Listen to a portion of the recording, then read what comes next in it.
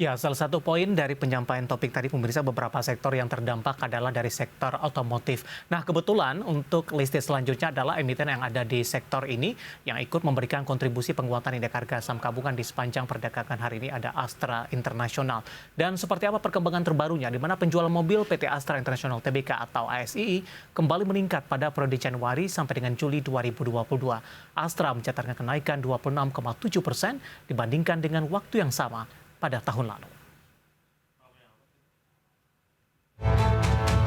Mengutip data Gaikindo, penjualan mobil PT Astra International Tbk pada periode Januari hingga Juli 2022 tercatat mencapai 307.536 unit. Penjualan ini tumbuh 26,7% dibandingkan dengan periode yang sama tahun lalu sebesar 242.780 unit. Sementara penjualan mobil ASII khusus di Juli 2022 tercatat 48.680 unit. Jumlah tersebut meningkat 47,65% dibandingkan dengan penjualan Juli 2021 yang sebanyak 32.968 unit.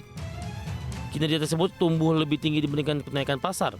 Selain itu, Astra juga berhasil mempertahankan pangsa pasar sebesar 55%.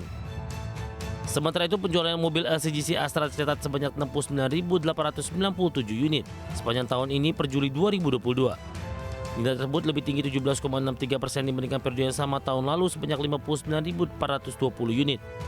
Sementara penjualan LCGC Astra pada Juli 2022 tercatat 13.741 unit, tumbuh 146,96% dibandingkan dengan Juli 2021 sebanyak 5.564 unit. Pangsa pasar LCGC pada Juli 2022 juga meningkat menjadi 83%. Head of Corporate Communication PT Astra International Tbk, Astra Boy Kelana Subroto, mengatakan perseroan optimis tren penjualan mobil akan tetap positif pada semester 2 2022.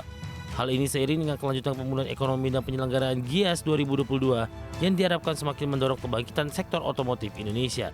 Berbagai sumber untuk ADX Channel.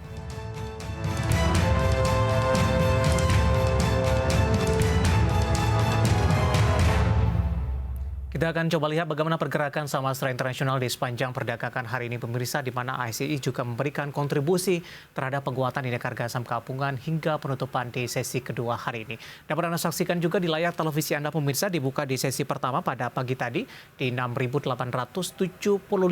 Kemudian saham Astra International mengalami penguatan pada pukul 10 di 6.975. Dan selanjutnya pada penutupan di sesi pertama pada siang tadi, Astra International sempat menembus ke level 7.000-an dan posisi ini tidak mampu dipertahankan oleh ASII di mana pada pembukaan sesi kedua di 6.950.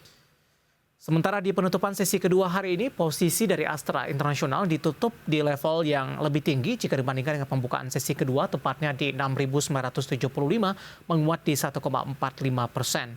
Dan di sepanjang perdagangan hari ini, Astra sempat menyentuh ke level terendahnya di 6.875 dan merupakan level pembukaan di sesi pertama pada pagi tadi, sementara level tertinggi tadi sempat menyentuh di 7.050. Kita akan coba lihat pergerakan saham Astra International di beberapa bulan terakhir. Dapat Anda saksikan juga di layar televisi Anda pemirsa. Kita ke grafis selanjutnya. Ya, di Maret masih bergerak di 5.800-an pemirsa, kemudian di April mengalami penguatan di 6.675. Penguatan terus berlanjut hingga Mei dan Juni, bahkan menyentuh ke level 7.325 pemirsa. Namun di Juli dan Agustus lebih cenderung tertekan, bahkan lebih dominan bergerak di bawah level 7.000-an. Dan di 6 bulan terakhir, Astra International sempat menyentuh ke level tertingginya di 7.575 dari data RTI yang kami pegang. Kita akan coba lihat dari sisi evaluasi apakah masih menarik atau tidak dengan beberapa indikator yang ada pemirsa. Kita akan coba lihat dari posisi PER-nya masih di bawah 10 kali, tepatnya di 7.80 kali. PSR-nya di 0,99 kali, PBV di 1,54 kali, dan PCFR-nya di 6,67 kali. Kombinasi secara fundamental, teknikal, dan juga dari sisi valuasi, dan semoga bisa menjadi salah satu referensi untuk Anda.